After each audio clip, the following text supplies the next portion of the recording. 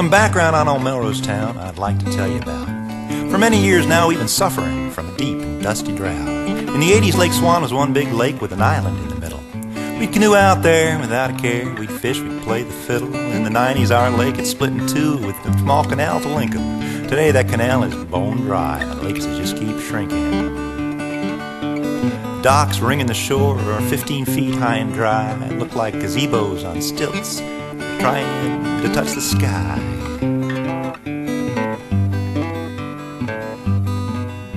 Round here there's a branch of government in charge of all our water that teach us all how to conserve and do the things we oughter. The Water Management District's website has words of wisdom like, Florida's available water supply will soon be surpassed by the population.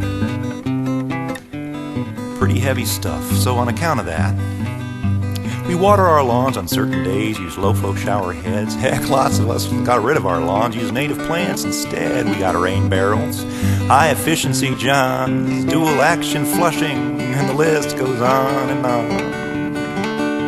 If you download their list and follow with all your heart, you'll save 95,000 gallons a year, and we should all do our part. Let's all conserve, do what we oughter.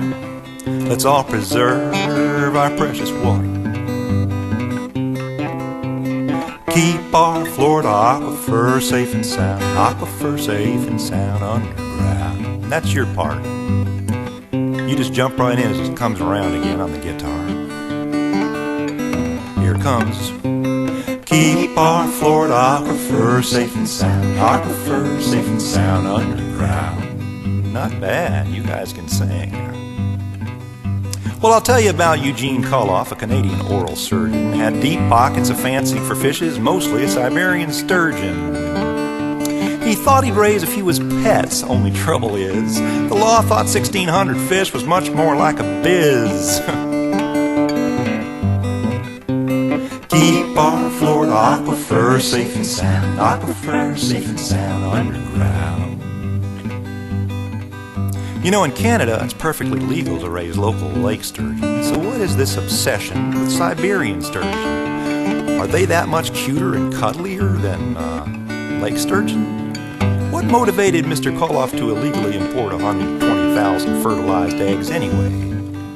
Well, it turns out it's all about the eggs. Roe, caviar. Now, a little research reveals that a tin of Florida farm-raised Siberian caviar sells for $3,000. A case of the stuff that you could throw in the backseat of your car sells for around 40 grand. Well, then it all got crystal clear. Caviar turns our precious Florida aquifer into black gold to tickle the sophisticated taste buds of the lucky few. Row, row, row your boat. Row, row, row your yacht is more like it. At the expense of the water we locals row our boats in. Keep our Florida aquifer safe and sound, aquifer safe and sound underground. Well, they took his fish, they slapped his wrist, they fined him $5 grand. Well, $5 grand, you can't even buy 2 tins of caviar with that. But he'd show them he'd move his biz to a lenient southern land. Land of the free water that is. Land of flowers, wilted flowers. Land of culture, aquaculture. Keep our Florida aquifer safe and sound, aquifer safe and sound underground. Speaking of ground, he bought a plot of ground in Melrose town, a stone's throw from Lake Swan. Commenced to filing for permits so to get their business going. They looked up cmuirhead, had a little talk with her about how they wanted to pump 250,000 gallons from the Florida aquifer. 250,000, enough for 2,400 citizens every day for 20 years. That's enough to fill up 3 Lake Swans. Water management?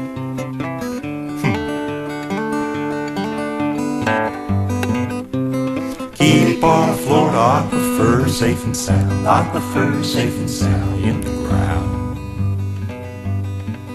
Then they called a meeting so we could have our say.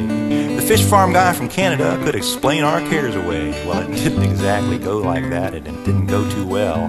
When asked about the benefits, well, there wasn't much to tell. A handful of metal buildings, 10 jobs at the max. Building crews would mostly come from Gainesville or from Jack's. He claimed their catchment pond was like a big old septic tank. Wouldn't hurt our lakes a bit, nor the well water we drank. He said he'd hired a company to do all of that science. They dotted their I's, they crossed their T's, and they were in compliance. Friends, they were, because as fate would have it, they used the same computer model as the Water Management District. What a quinky-dink. Trouble is, we didn't actually get a second opinion, it seems. We got the same opinion twice. Keep our Florida aquifer safe and sound, aquifer safe and sound underground. You don't have to be a genius, no, you don't have to be a student to hear conflicting messages and know they don't compute. If you have to watch how you brush and flush because our water problem is urgent, should we sacrifice millions of gallons to raise some crazy sturgeons? Keep our Florida aquifer safe and sound, aquifer safe and sound underground. If this all sounds a little fishy to you and verging on obscene, then well, do us all a favor and contact Kirby Green. Final deal's in Kirby's hands. He says yay or nay. If you have yourself an opinion, give Mr. Green a call today. Since Mr. Green works for the state, you know he's working for us. Let's remind Mr. Green of that one more rousing chorus. Keep our Florida aquifer safe and sound, aquifer safe and sound underground. One more time. Keep our Florida aquifer safe and sound, aquifer safe and sound underground.